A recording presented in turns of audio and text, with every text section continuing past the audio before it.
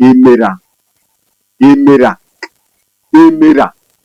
Imana irashaka yuko wemera, ari wowe nanjye twemere, twemere Imana yongere ituyobore, twemere Imana yongere ijyane natwe, kuko umwana w'umuntu mu gihe cyose atazemera Imana kumuyobora n'ubundi azayoborwa na Satani, niko bizagenda. Ariko mu gihe utemeye yuko uyoborwa na Satani, Imana y'ubwanyu ukayemera ko ndaje ukundi, ibyo kwita ngo umaze gukora ibyaha bimeze gutya na gutya, ibyo ntacyo bitwaye, ngo imbere y'Imana gusa. Aleluya. Yesu aracyari ku ntebe y'imbabazi, kandi aravuga ngo uwo ari we wese wowe urushye nawe uremerewe, nuza usange gusa byonyine gusa birahagije. Bigaragare yuko wambaye icyo bita Kristo nk'umwambaro. Ntabwo bizagaragara mu byo uzavuga byonyine gusa, ahubwo bizagaragara muri za mbuto wera. Kuko icya mbere cyo, igiti kibi ntabwo cyashobora kwera imbuto nziza, n'igiti cyiza ntabwo cyashobora kwera imbuto mbi. Muri make igiti cyose kigaragaza n'imbuto cyera nta kindi. Ko uyu mwuka wera akora imirimo itangaje. Uyu mwuka wera niwe utwemeza icyo bita icyaha. Uyu mwuka wera niwe udufasha no mu cyo bita amasengesho. Uyu mwuka wera muri make akora akazi gakomeye cyane mu buzima bwacu bwa buri munsi. Niyo mpamvu bisaba ngo ushakishe ukuntu abanza gushakisha uyu mufasha w'umwuka wera, kuko Imana y'ubwayo niyo yatugeneye umufasha yuko izamuduha. Yavuze ngo ni uwacu twebwe n'abana bacu muri rusange.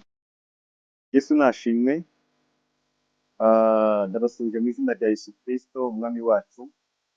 Imana muri kumeze bahire muri rusange. Mwese muhawe ikaze muri umwanya w'ijambo ry'Imana. Tugiye kugezaho na Samuel Mutezimana. Mureke tubanze dusenge mbere y'ibindi byose, kugira ngo duhamagare ubwiza bw'Imana, Imana ikomeze ibana muri rusange. Mana ndagushimiye, nshimiye kuri mwiza, gushimiye ko abanye natwe, gushimiye ko watwinze, gushimiye ko twemereye kongera kugira ngaha mu mwanya wo kwiga ijambo ryawe. Mu izina rya Yesu Kristo, namwiza ko ijambo ryawe ari umutima utera imbaraga. Nyemera cyane murengezi mwiza, ubanze unyuhagire njyewe ugiye kurivuga. Mu izina rya Yesu, mbe kuvuga bijyanye n'uko ushaka, mu izina rya Yesu. Urakoze ko ugiye gushyigikira n'abagiye kubyumva nabo tugiye kubanaho muri rusange. Ndagushimiye ko ubikoze kandi ukwiye kwibasha utugeneze mu izina rya Yesu. Amen. Yesu nashimwe. Mwese ngo cyane kuhereza ikaze muri umwanya w'ijambo ry'Imana. Mureke ijambo ry'Imana usanga mu gitabo ko cyanditswe na Mose. Haleluya. Yesu nashimwe cyane.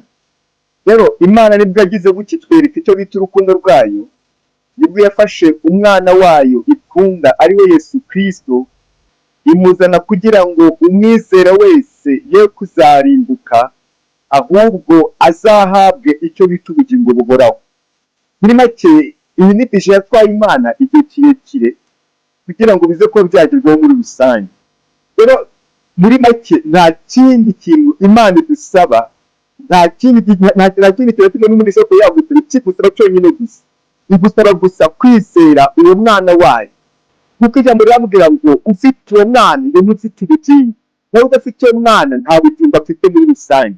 Bivuze ngo rero niba ubwawe utari wizera uwo mwana, urasaba yuko wamwizera kugira ngo nawe uronke ubwo bugingo buhoraho. Kuko Imana yabutanze ku muntu wese uzizera. Ntabwo ugeze uvuga ngo reba ahantu waturutse, ngo reba ku bintu ukora, ngo reba ku bijyanye n'imbaraga runaka, ahubwo Imana yabikoze bw'urukundo ruvuga ngo yaba ari umukene, yaba ari umukire, yaba ari muremure, yaba ari mugufi, yaba ari umuzungu, yaba ari umwirabura, aho waba uherereye hose, nufata umwanya ukizera uwo mwana, ubwo bugingo ugomba guhita ububona. Ntabwo bivuze ko byagusukira igiciro, nta kindi bigusaba ujye gusa kwizera. Kuko niwizera uraza guhita ugira uwo mwana, nutizera ntabwo bivuze ko watunga uwo mwana. Yesu nashimwe cyane. Turi ku magambo avuga ngo kwambara Kristo nk'umwambaro.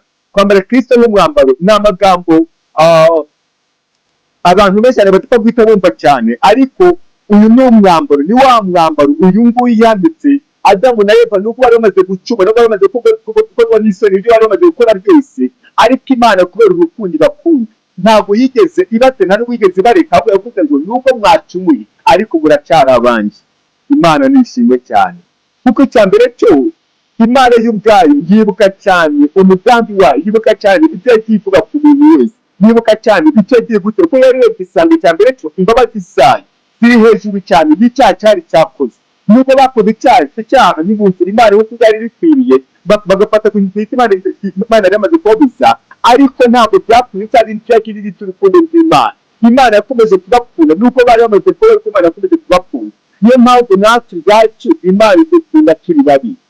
Nta kindi dusabwa, nta kindi usabwa usibye gusa kwizera no kwiringira cyane no kwemera cyane yuko turi abanyabyaha. Kuko ikintu gikomeye cyane kuri isi kiriho ni ukwemera, kuko umuntu yamaze kwemera akeneye ibyo muri rusange. Aho ngaho nk'uko wakira byamaze kwemera, bisaba ngo niba ugiye no kwa muganga, genda uvuge neza uko umeze, apana kuza uvuga ngo gutya gutya ariko bimeze, ahubwo genda wowe ubwawe uvugisha ukuri. Yesu akeneye yuko umubwiza ukuri n'ikintu icyo ari cyo cyose utagira neza mu rugendo nk'uko bikwiriye, akeneye yuko wowe ubwawe uza ukaba wamubwiza ukuri, kuko numara kumubwiza ukuri biraza kuguhereza amahirwe cyane yo kuza gutuma umenya neza uko wagena umurongo w'Imana. Yesu nashimwe cyane, haleluya. Ngo mwambare Kristo nk'umwambaro. Kwambara Kristo muri make nta kindi bidusaba, kuko muri make nta nubwo wabyishoboye, nta nubwo washobora kuba wakwambara uyu mwambaro nk'uko bikwiriye. Ahubwo uyu mwambaro bwo kwambara Kristo nk'umwambaro, uyu mwambaro bikunda ariko amaze kuzura umwuka wera. Kuko Yesu ijambo aravuga ngo ntabwo mbasize nk'imfubyi, mbasigiye umufasha w'umwuka wera. Uwo nguwo niwe uzabayobora, kuko ningenda nibwo muzabona umufasha. Rero Yesu yaragiye maze umufasha wundi ahita awuduhereza, maze umufasha iteka ryose abana natwe. Iyo amaze kumwizera, iyo amaze kumwakira nk'umwami n'umukiza wawe, icyo gisigaye nta kintu ukuguhereza uriya mufasha w'umwuka wera. Uko uriya mufasha ashinzwe ni uko akaba yakorera akubwira ngo dore inzira n'iyi ngiyi, ugomba kugenda gutya, ugomba gukora gutya, muri make niba akazi uwo mufasha ashinzwe nta kindi. Yesu nashimwe cyane. Rero bivuze ngo iteka ryose n'umuntu wese wumva yuko avuze ngo azajya mu ijuru, ntabwo uzigera ujya mu ijuru utabanje kuzura umwuka wera, kuko umufasha ni uko uyobora inzira ugomba kuba wacamo. Umufasha ni uko yuko amaze kugenda nke muri rusange. Umufasha ni ukubwira ibyo wakoze byose uko byaba bimeze, akaba yakwereka indi nzira ugomba kuba wacamo bikaba byashoboka. Haleluya. Yesu nashimwe cyane, Yesu nashimwe. Rero Imana iradusaba ngo umuntu wese nabanze ashakisha ukuntu yabanza kuyoborwa n'umwuka wera, kuko nibwo bwonyine gusa atazakora ibyo kamere yarikira, kuko kamere ibyo ishaka n'ibyo by'umwuka aba ashakisha muri rusange. Bivuze ngo iby'umwuka n'ibya kamere biratandukanye cyane. Rero niyo mpamvu ugomba gushakisha cyane ukuntu wamenya iby'umwuka, ukaba yayoborwa n'umwuka wera, akaba yakuyobora mu nzira zose, akaba yakuyobora aho waba ugiye hose, akaba yakuyobora mu kazi waba urimo gatandukanye. Icyo Imana idashaka nta kindi, irashaka yuko umuntu wese yambara Kristo nk'umwambaro, kuko ntabwo uzashobora kuba wakwera ziriya mbuto z'umwuka wera utabanje kumwambara nk'umwambaro, ntabwo bizigera bishoboka. Yesu nashimwe. Dusome rero mu Abagalatiya ku bice bitanu byaho, dusome ku murongo 22-23. Hari amagambo avuga ngo ariko rero imbuto z'umwuka ni urukundo n'ibyishimo n'amahoro no kwihangana no kugira neza n'ingeso nziza no gukiranuka no kugwa neza no kwirinda, ibimeze bityo ni amategeko abihana. Yesu nashimwe. Rero kugira ngo ugaragare yuko wambaye icyo bita Kristo nk'umwambaro, ntabwo bizagaragara mu byo uzavuga byonyine gusa, ahubwo bizagaragara muri za mbuto wera. Kuko icya mbere cyo, igiti kibi ntabwo cyashobora kwera imbuto nziza, n'igiti cyiza ntabwo cyashobora kwera imbuto mbi. Muri make igiti cyose kigaragaza n'imbuto cyera nta kindi. Yesu nashimwe. Rero niyo mpamvu Imana ishaka yuko umuntu wese witwa ku izina ryayo agaragare yera imbuto ahantu ariho hose, ugaragare yera imbuto. Apana kuvuga ngo zera imbuto n'ahantu runaka, ugomba kwera imbuto aho abantu bakubona, abantu batakubona, hose ugomba kuba wera imbuto muri rusange.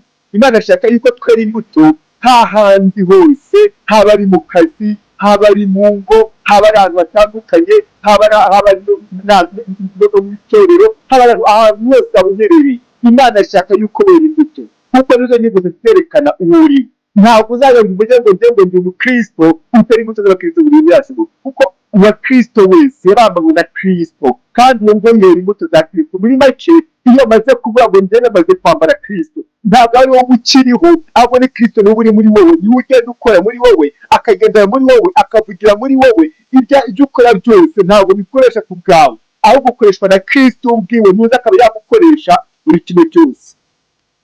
Yesu nashimwe. Rero birasaba ngo buri muntu wese aho yava akagera nabanze yongereye icyerekezo, yongereye ibibazo cyane, ese mbera imbuto nk'uko bikwiriye?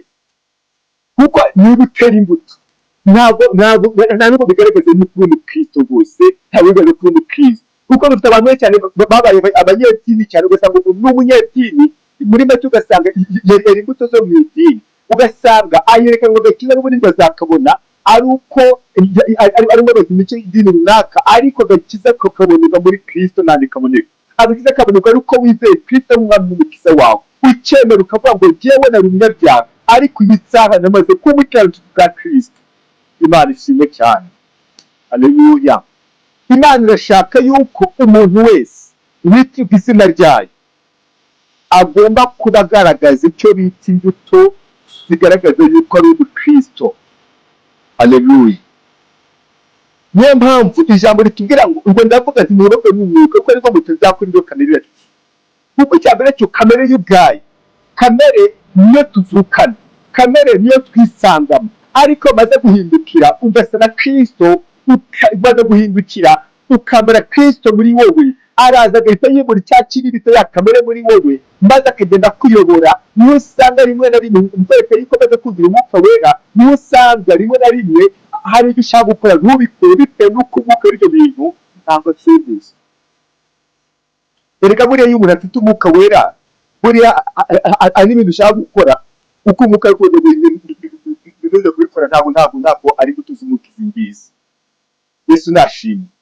Niyo mpamvu hari amagambo amwe n'amwe atanditse muri Bibiliya, ariko rimwe na rimwe ugasanga umuntu bitewe n'uko yuzuye umwuka wera, umwuka wera akubwira ngo iyi kintu naka nuza kugikora dukomeze gukora icyaha, akagera kuri icyo kintu bitewe n'uko yamaze kuzura umwuka wera. Niyo mpamvu iyo maze kuzura umwuka wera ntabwo uba ukiriho, ahubwo wa mwuka niwe ukomeza kugenda kuyobora, aho umwuka niwe ukomeza kugenda abana nawe, akaba yakuyobora mu buryo bwose bushoboka, akaba yabana nawe mu buryo bwose, akagendana nawe, agakorana nawe. Birasaba ngo rero umuntu wese aho yava akagera, birasaba ngo mwene data urimo wumvira ijambo, shakisha ukuntu watuma Imana yongere ikuza umwuka wera wayo.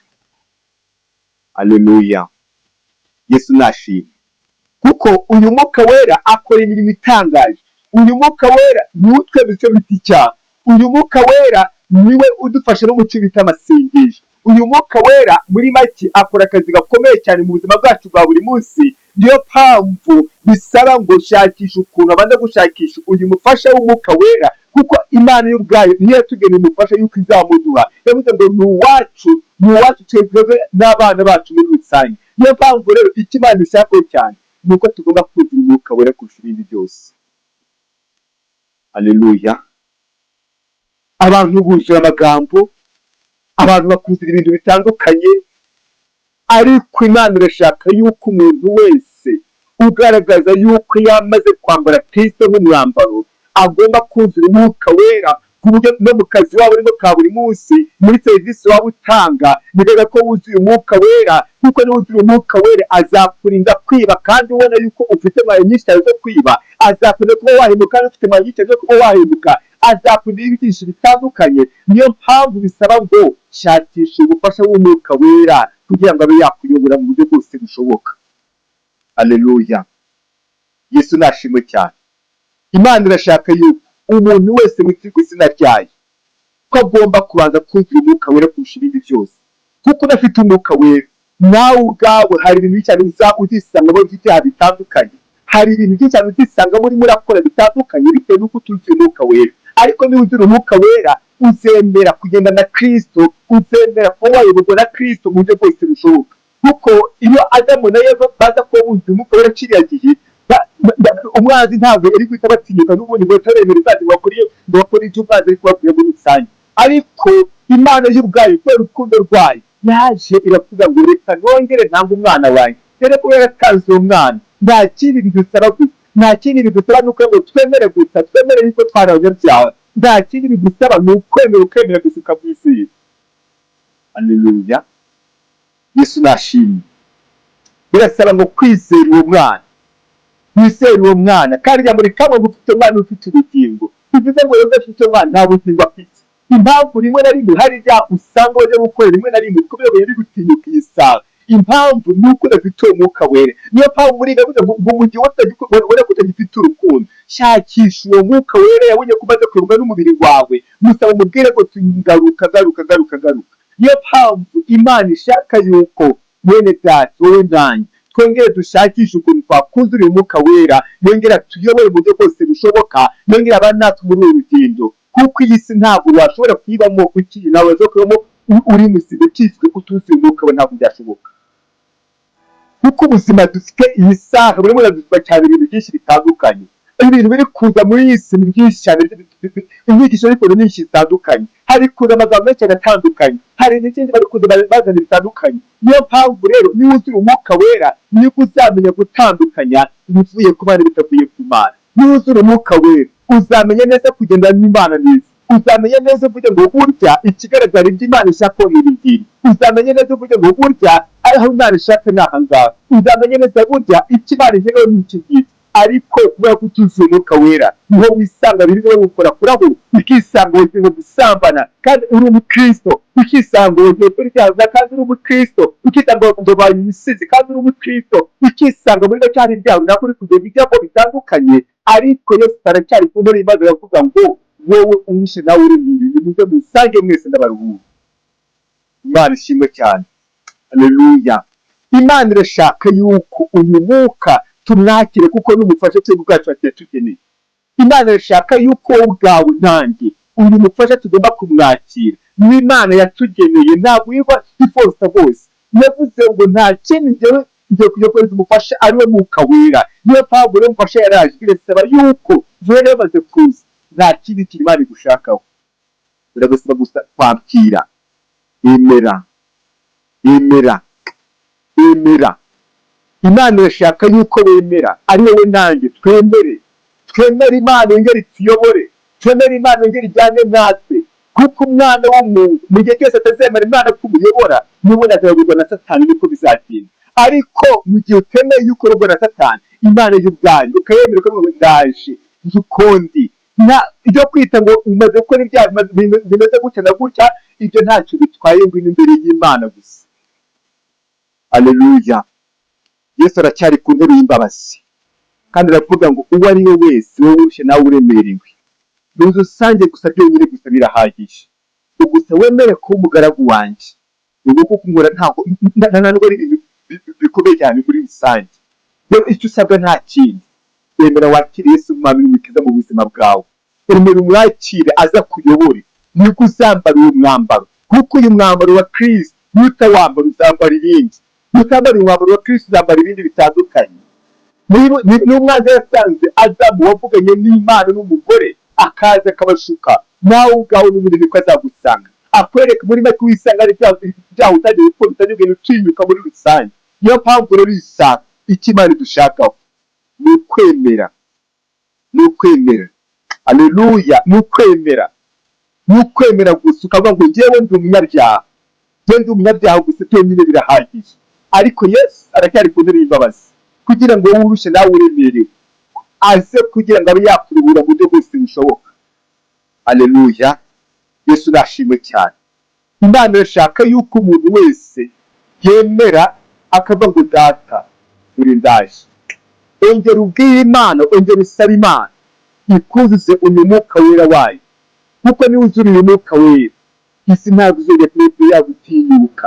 Niba uzuriye umwuka wera ntabwo uzongera gukora ibyo ari byose, ntabwo bwawusi. Niba uzuriye umwuka wera hari amagambo utazisanga muri uzuriye umwuka wera, hari ibiganza utazisanga muri uzuriye umwuka wera, hari ibishya utazisanga aho bitandukanye. Haleluya. Ureke dusenge Imana. Ariko mwene data wongera wibaze nanjye nibaza iyi saha. Yesu aramusashe kuko ijambo ritoye ngo ndaza kubaza ngo buri muntu wese yige ibyo yakoze. Yesu aramutse agiye isaha yasanga umeze gute? Yesu aramutse agusanze muri isaha kugusanga mu kazi ukoramo yasanga umeze gute? Iyi saha Yesu arashaka yuko aho waba ukorera hose uhabe wuzuye umwuka wera. Yesu arashaka yuko nubwo waba uri mu rugo uhabe wuzuye umwuka wera, kuko muri make Yesu arashaka yuko nubwo waba uri mu nzira uhabe n'ubundi wuzuye umwuka wera. Nuko abenshi bavuga n'ubundi ngo bakizwa ngo ari uko bageze ngo mu isengero, ariko icyo mbabwira, Yesu ntabwo yita cyane kuri ziriya nsengero, ahubwo Yesu yita kuri wowe. Yesu yita cyane ku mutima wawe muri rusange. Niyo mpamvu iyi saha ugomba kwibaza ikibazo, Yesu aramutse aje yasanga bimeze gute? Yesu aramutse aje yasanga ndi hehe? Yesu aramutse aje yasanga ameze gute? Aho ngaho wowe ubwawe wibaze, nanjye ubwanjye nibaze, mwese nibaze, nikontorore cyane, nibaze Yesu naza arasanga bimeze gute? Arasanga byifashe gute? Haleluya. Mureke dusenge Imana, ariko isengesho nyamukuru bwira Imana, bwira Imana ikwambika imbaraga z'umwuka wera, zigushoboze kuba wanesha isi, zigushoboze kuba waba mu isi ariko uri umukristo, zigushoboze kuba waba mu isi ariko uri umuragwa w'ubugingo buhoraho, zigushoboze kuba waba mu isi ariko uri umuturage w'ijuru. Imana ishimwe cyane, kuko nibyo Pawulo yavuze, aravuga ngo twebwe iwacu ni mu ijuru, noteganya umukiza ko azapfa. Imana ishimwe cyane. Niyo mpamvu rero iyo wamwizeye gusa nta kintu kiba gikwiriye, aho ngaho uri umuturage w'ijuru. Wenda turiteguye? Haleluya. Uriteguye se? Urumva nawe iyi saha uri umukandida w'ijuru? Urumva nawe iyi saha wizeye Kristo nk'umwami n'umukiza wawe? Urumva nawe iyi saha urumva rero waba Kristo yashobora guhita atwara? Rero turacyafite amahirwe, kuko Kristo aracyari ku ntebe y'imbabazi. Iyi saha rero nta kintu usabwa, wowe ubwawe nanjye ntitwitekerezeho, maze turushaho cyane kuba twamenya neza ibijyanye no gushaka kw'Imana. Imana ishimwe. Mureke dusenge Imana, ariko wowe ubwawe nanjye twikontorore kurusha ibindi byose, twikontorore kugira ngo Uwiteka azabane natwe. Usaba Uwiteka iminsi yose ugeze kuri iyi si, aza kuyobora, azabana nawe muri rusange. Murakoze, mureke dusenge Imana, ariko wowe wumvise iri jambo, saba Imana imbaraga zigushoboze gukiranuka, zigushoboze kwera imbuto, zigushoboze kugaragaza yuko uri umukristo, yo kugaragara iteka ryose nk'umupagano, ugaragara nk'umukristo wese akore kuri umukristo. Nuko iyo umuntu amaze kuba umukristo, iyo umuntu amaze kuzura umwuka wera, binakwigisha buri kigo cyose, bikwigisha uko bambara, bikwigisha ibyo barya, bikwigisha ibyo banywa, bikwigisha aho ugomba kugenda n'aho utagomba kugenda, kuko uri muri genda icyo bita ijwi ry'Imana. Ariko bitewe n'uko nta mwuka ufite muri wowe, usanga wambara ibyo ushatse byose, ngo wiyambire amazina yacu barabitwemerera, ugasanga ufata ibyo byose ukabirya bitandukanye, ukabindi ibintu byose bishoboka, ngo hoya ngo ntabwo usinzi ibiki n'ibiki, ariko nawe ubwawe niba turi umutima ugucira urubanza, nta mwuka ufite muri wowe. Haleluya. Nta mwuka ufite muri wowe, ariko niba ufite umutima ugucira urubanza, uwo mwuka urabufite, nibwo kazi ke, nuko akaba yatwemeza ibijyanye n'ibyaha byacu. Mureke dusenge Imana. Mana, nagushimiye, gushimiye kubw'ijambo ryawe, mu izina rya Yesu Kristo. Imana ifite imbaraga, yemera cyane utwambika imbaraga, twuzuye umwuka wera wawe, adushoboze gutandukanya Uwiteka n'iyi si, adushoboze kugendera muri wowe, adushoboze kwambara Kristo, uduhe gutunga Kristo muri twebwe, kuko ijambo ribitubwiye ngo ufite umwana ufite ubugingo. Mu izina rya Yesu, uyadushoboze, uyatwambika imbaraga, uduhe gutinda muri wowe, uduhe kugendera muri wowe, uduhe kuguma muri wowe, mu izina rya Yesu Kristo. Ndagushimiye ko uduhaye imbaraga, ndagushimiye ko utwuje umwuka wera wawe, ndagushimiye ko uduhaye umwuka w'ubwenge, ndagushimiye ko uduhaye umwuka w'imbaraga, ndagushimiye yuko n'abantu batandukanye Uwiteka Mana kubagarutseho. Urakoze Kristo muzima, kuri kumwe natwe muri byose, tujye nizeye kubikoze kwa Kristo Yesu umwami wacu. Amen.